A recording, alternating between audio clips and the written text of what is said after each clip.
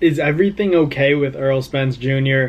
We don't know. A lot of people have been talking all over Twitter about Errol Spence. He looks weight drained. Errol Spence is definitely feeling this weight cut.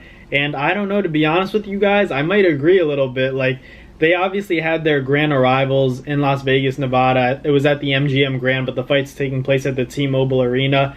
Crawford came in, and then, Errol Spence came in a little bit later, but a little late also.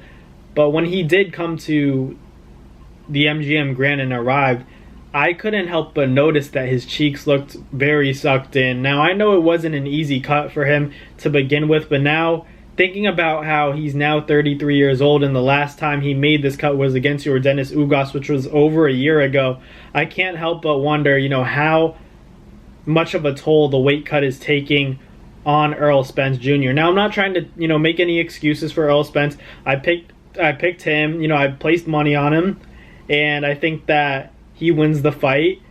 It was just interesting to see because I'm not used to seeing him, look really sucked in. I'm usually in the Ugas fight and the Danny Garcia fight. There were drastic changes. Ugas looked a lot better. Spence looked a lot better in the Ugas fight in terms of his physique in comparison to the Danny Garcia fight, in my opinion. But this fight around, he's looking a little bit, gaunt, in my opinion. Maybe it's just a different look, maybe it's his hair. I don't know what it is exactly, but it seems like that weight cut is definitely taking at least a little bit of a toll on him. He's expressed his desire to go to 154 and push 160, maybe even 168 to fight guys like Canelo Alvarez. Obviously, we're all focusing on the task at hand. When he gets in there against Terence Crawford, who's obviously right there with him as pound for pound. Some people have Terence as the number one. Some people have Spence as the number one. You can interchange them however you want, but this Saturday is going to settle it all. And I'm just a little bit concerned for my guy Errol Spence, just in terms of how the weight cut has been. We're still 2 days away, basically, from the weigh-in. By the time you guys are seeing this, it'll probably be tomorrow. But that's still a while before Errol Spence can hydrate and get all the nutrition that he needs to feel ready for fight night, which is going to be Saturday night, that next Saturday after the morning of the weigh-in. So he's going to have more than 24 hours to rejuvenate, replenish, and rehydrate. But I can't help but, worry a little bit, just because it's not just any opponent where, you're facing a guy in Terence Crawford who's been that pound for pound guy. He's been the guy who's stopped everyone at 147. So I'm just worrying about his physique and his condition. Is it going to weaken him? I hope not, because I think a big edge that I'm giving to Spence is the activity, is the endurance, and is the physical strength, and not to mention how active he is with the jab and the body work. Is that work rate going to get affected? Is his punch resistance going to get affected? That's stuff that we have to take into account. Crawford's going up to 147. We don't know how hard it was for Errol Spence to come down to 147.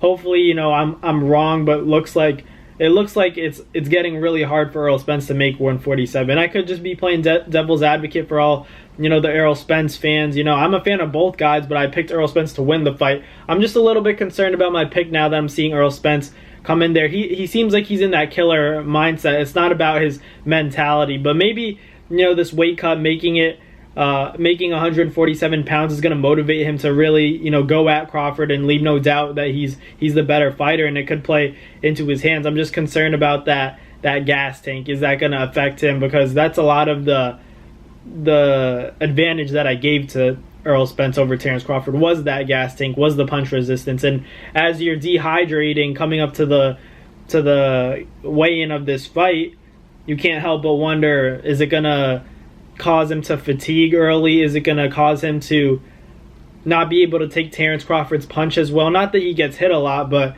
if he does get hit, I think both guys are going to get hit, but I expect Errol to put more damage on Terence than Terence does on Errol.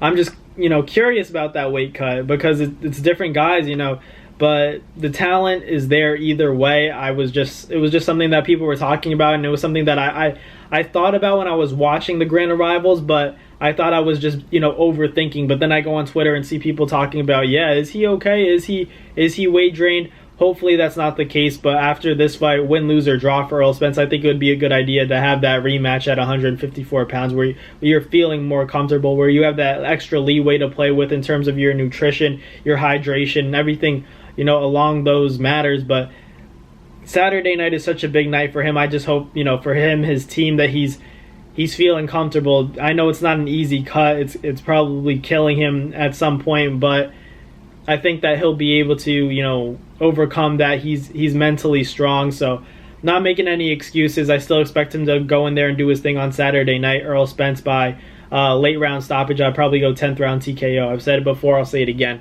But thank you guys for watching. Let me know in the comments if you guys watched the Grand Arrivals. What did you guys think of Spence's appearance? Am I just overthinking, or did he look a little bit, sucked in the cheeks and, maybe a little too dehydrated maybe and a little gaunt? So let me know in the comments what you guys thought. But thank you guys for watching. I'll catch you guys next time. Peace. That's going to do it for another Naz Fight Media video, guys. Thank you guys so much for watching. It's been your boy, Matt Nabong, with another video. Hope you guys enjoyed it all. Thank you guys for the constant support. Salute to y'all always. It's been your boy.